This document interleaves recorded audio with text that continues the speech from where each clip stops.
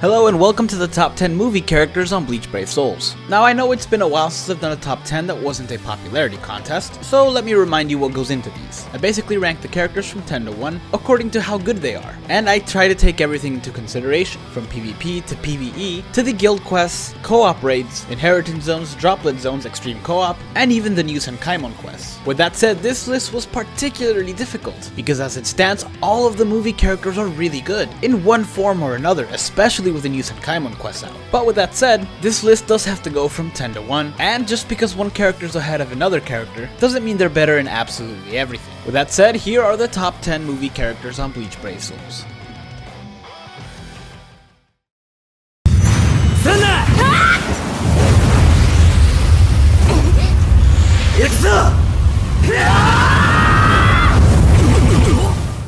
Starting off the list at number 10 is Ichigo Kurosaki, Movie 1 Edition, who, if I'm being honest, I didn't even expect to become a character. But we have him, and he's great. He's got a really high SP, as well as frenzy, and a really decent attack, as well as a boosted soul trait of 14% strong attack recharge, which does not go wasted on this character. His strong attacks have excellent range, and they do a pretty good amount of damage. But with that said, that's all this character has. There's no status ailments, no full screen strong attack 3, and his special doesn't even have an extra effect. Still, the abilities he does have make him one of the strongest heart characters, as well as one of the most fun, because who doesn't love spamming strong attacks?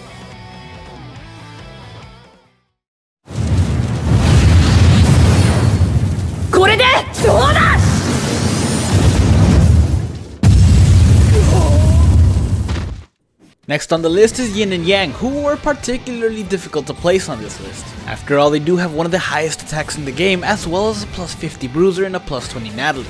In addition to that, they were also the first switch characters, and their normal attacks and strong attacks 1 and 2 can inflict status ailments. The cool thing is that the status ailments depends on what character you're using, as your strong attack 3 switches between the two. Unfortunately though, the strong attack 3, which is the most powerful, and the special do not inflict the status ailment, as both of those moves hit with both fire and lightning, so rather than decide one over the other, K-Lab just did neither. Which I honestly don't mind. After all, it was a trial character because the switch effect was new, and that's probably the reason why they also didn't have Debilitator. They might have been afraid that this character would be too overpowered. Still, even without Debilitator, this is still a great character. They're pretty useful in multiple types of PvE, and come in pretty handy in things like inheritance zones and droplet zones, where the enemies have killers, because they have no affiliation, meaning they don't really have a weakness. I mean, it doesn't make sense, since in the movie they straight up say they're Arankars, but it is nice that they're not Arankars in the game.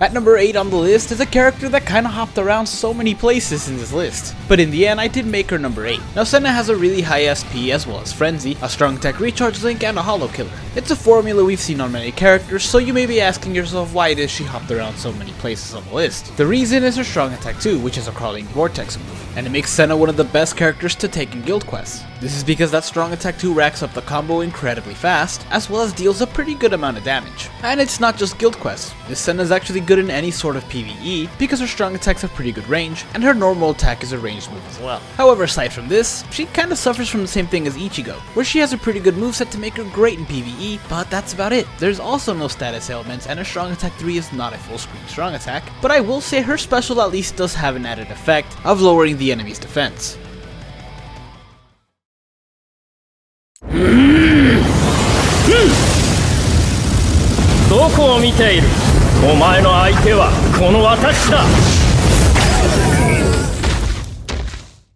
Haha, I bet a lot of you were expecting this character to be one of the two that were left out, but you would be incorrect. I can also feel some of you judging me as to why he's on the list higher than some of the characters we've had already. Well, allow me to explain. You see, while Shuren doesn't have the highest attack or highest SP, they are both pretty high as they're both over 700, meaning he's a pretty good hybrid character as you can play him either or. Shuren can also inflict burn on absolutely everything he does, and he's completely immune to burn, which is a definite plus, as it's one less thing to worry about in all the different game modes such as inheritance zones, droplet zones, extreme co-op, some of the regular co-ops, the guild quest, and the Senkaimon. In addition to not worrying about that, he also doesn't have to worry about being affected by killers, since he's no affiliation. He also has the Soul Reaper killer that does come in handy, and probably the best thing about him is his bombardment. which these days is so much more useful than it ever has been, because with the Tenshintai you can do up to 4 times the damage with your special. This makes him one of the best boss killers in the game, and extremely useful in a lot of the different game modes that have been added recently. On top of all of this, he also has a damage reduction soul trait, which at this point just feels like a bonus. All of this makes you be able to make Shurin in multiple different ways, and it's why he's beaten out so many of the other characters. 見えるかよ。地獄が俺にすがりついてるぜ。よそ者の俺に手を貸してでもてめえを逃がしはしねえぞよ。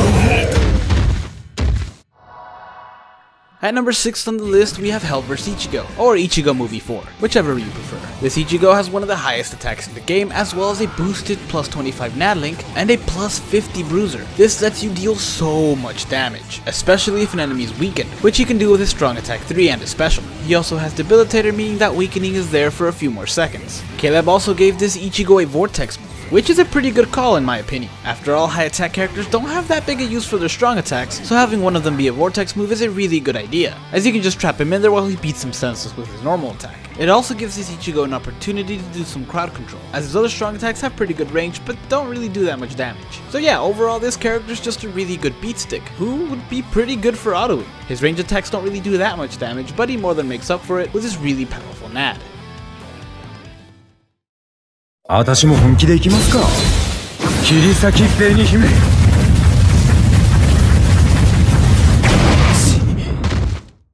Okay, so I can feel that a lot of you are angry that I put this character over Hell vs Ichigo. After all, they are both power characters, they both have a hollow killer, they both have a really high attack, but Ichigo's link is way better. The reason I put Kisuke higher on the list though, is not because of the link, but because his range is way better, and his strong attacks are all useful, not just one. Sure, Ichigo can dish out 25% more damage, but in the long run, Kisuke is actually way more useful in a variety of different things. For one thing, Kisuke is better at autoing, thanks in part to his soul trait, which heals him for 25% of his health every time he enters a new area. This is useful because it lowers the need for a healer on your team. Kisuke is also ranged, letting you do damage from afar, and his strong attacks 1, 3, and his special have a chance to inflict debilitating paralysis, while his strong attack 2 is a crawling vortex move that helps rack up the combo, which his normal attack can do really decently already, and it helps keep enemies away from him. All of these abilities make Kisuke very useful in a variety of different game modes. That, and the Crimson Particle effect is really cool. 俺たちの力の源はいわば怨念。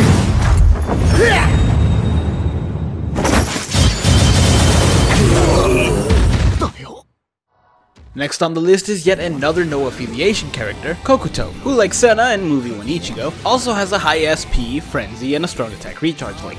Coincidentally, he also has a strong attack 3 that's not full screen. So why is he so much higher on the list than the other two? It's because he has much more going for him. First of all, he has a strong attack 3 that's a hybrid vortex move with a chance to inflict debilitating weakening. It also gathers all the enemies in one place and lets you follow up with your pretty decent normal attack or your strong attacks 1 or 2. This level of crowd control actually lets you clear some areas a little bit quicker, since you gather everything in one place, and it's a big help to things like guild quests and the Senkaimon quests. Kokuto's special is also useful in that it inflicts debilitating paralysis, allowing you to stun enemies for follow-up attacks. Paralysis has also become a bit more useful lately because of the Senkaimon quests, and as I mentioned earlier, he's also no affiliation, meaning there is no killer that's good against him, giving him that much more of an advantage in inheritance zones and droplet rates. Honestly, PvP is really the only place you can't take this character.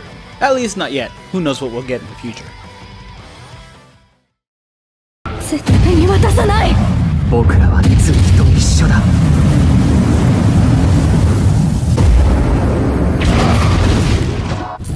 At number 3 on the list is Homura and Shizuku, who are also switch characters much like Yin and Yang. They also have a high attack and a normal attack damage link as well as a plus 40 bruiser. They can inflict debilitating weakening on their normal attack, strong attack 1, strong attack 2, and unlike Yin and Yang, their strong attack 3 and their special. But what really sets this character apart is that when they switch, they go from range to melee and melee to range, which is incredibly useful. Not just in regular PvE where there are enemies who guard against melee and range, but also in things like guild quests, where sometimes range damage is boosted and other times melee damage is boosted. Not to mention Senkaimon quests, where in some areas one of the two is useless, which makes this character perfect. They also have a Soul Reaper killer, which is the best killer you can have right now, and much like many of the other characters before them, they also have no affiliation, so they have all the advantages that come with that.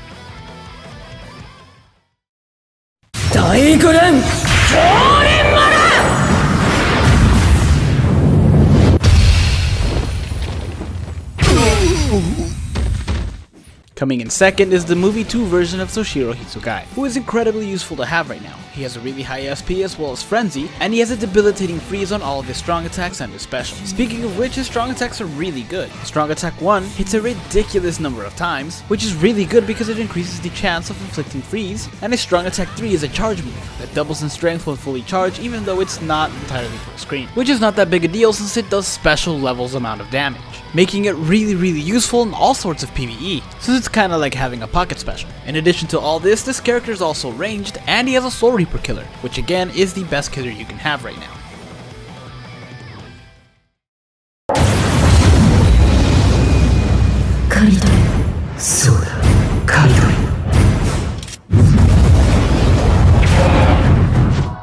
And finally at number 1 is Dark Rukia, who kinda has a lot of the things that some of the other characters on this list have. For one thing, she has no affiliation, and I've talked about that enough so you know what that means. Second, she has a Soul Reaper killer, like I said, best killer in the game. Like so many of the other characters on this list, she's also a high SP frenzied strong attack recharge character, which is not only the most fun build, but in her case the most useful, since she has debilitating weakening on everything, much like Homura and Shizuku. And like Toshiro, her strong attack 3 is a charge move, that when fully charged does special levels of damage, and even more if the enemies are already weakened. Her abilities make her a monster in any sort of PvE, and even if she's not using her strong attacks, her normal attack is also not bad. For one thing, her attack stat isn't that bad. She also has a decent attack speed and pretty good range, not to mention her normal attacks can also inflict weakening. If I'm being honest, I feel like K-Lab wanted this character to be the strongest of all the movie characters. Maybe that's why they released movie 3 after movie 4.